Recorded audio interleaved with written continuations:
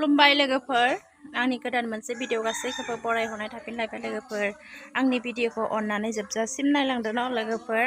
आरो नायनानै like subscribe comment share खालामबानो जाबाय आरो सोरबाफोर गोदान हाबसनदोंबा आंनि चेनेलाव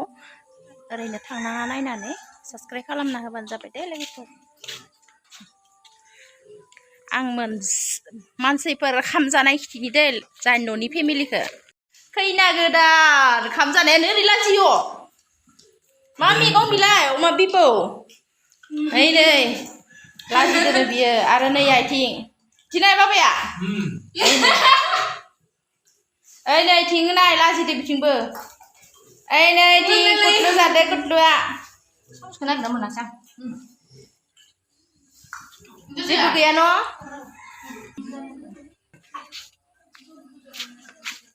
जालांगासिनो दोङो बिमाया मा बिबौ नैया सासे आथिं मालायनिया खोमा इयो बिबौ जाया नै आंहाबो जानोसै ओइ नै कुटलुला बिमा फिसा ओइ नैथिंबो आं नाङा आंहा लाखाबाय नांलालै दंखायो नै रानगासिनो दोङो पार्टी जादो दिनै पार्टी माबासो नामाबो फरायनानैसो दं नारें जामा आर बिबु जानायखौ मारबा नांगौ यालाय पलिअ बा डेन्जारलै बुरि खानाया इनो नाङा लोंनांला मा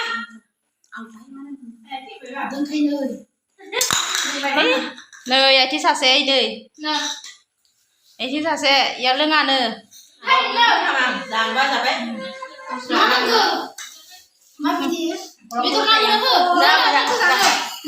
जाया दे मा जा फाय आं थांसैलै दखान खुलिनि आं मा जानो नै जाखांना इथि आधा जिरायबाय थादो इथि जिरायगासिनो सोरबा मुरुगासिनो इनो जाखांनानै मुरुनाया मुरुदो जनाया जदो मुरुनो ओंखारसोबाय दां अमा बिबु जानाया इनै 15 आगस्ट जायैनि जाबाय आरो दा न'नि फेमिलिया ज' लोगो नांनानै आलासि जाबाय जाहानि इखो जेनेबा जोंनि गामिनिफ्राय गोजानाव हरबाय नालाय इखो आलासि महरै जोङो इखो दा मानियो आरो आलासि होननानै नैया फादारा जानि फादार इयो नै हारानि बिगुर नै गय जानोसै लोगोफोर फिसा जानोसै ओइ नैलाय नों जाया गय जा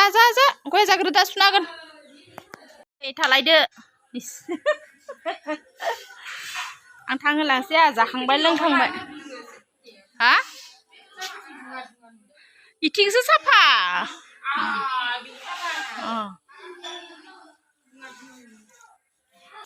लोगोफोर बेयाव थांहोलांसै आङो दखान खुलिनांगौ नालाय दा रावबो गैया जाहा न'आव ओमफ्राय आंनि पाल्ला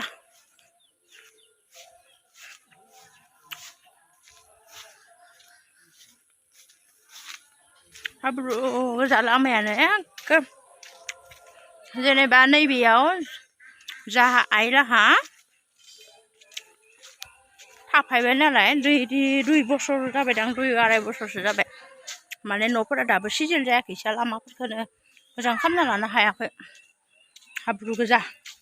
गोजान बिथुर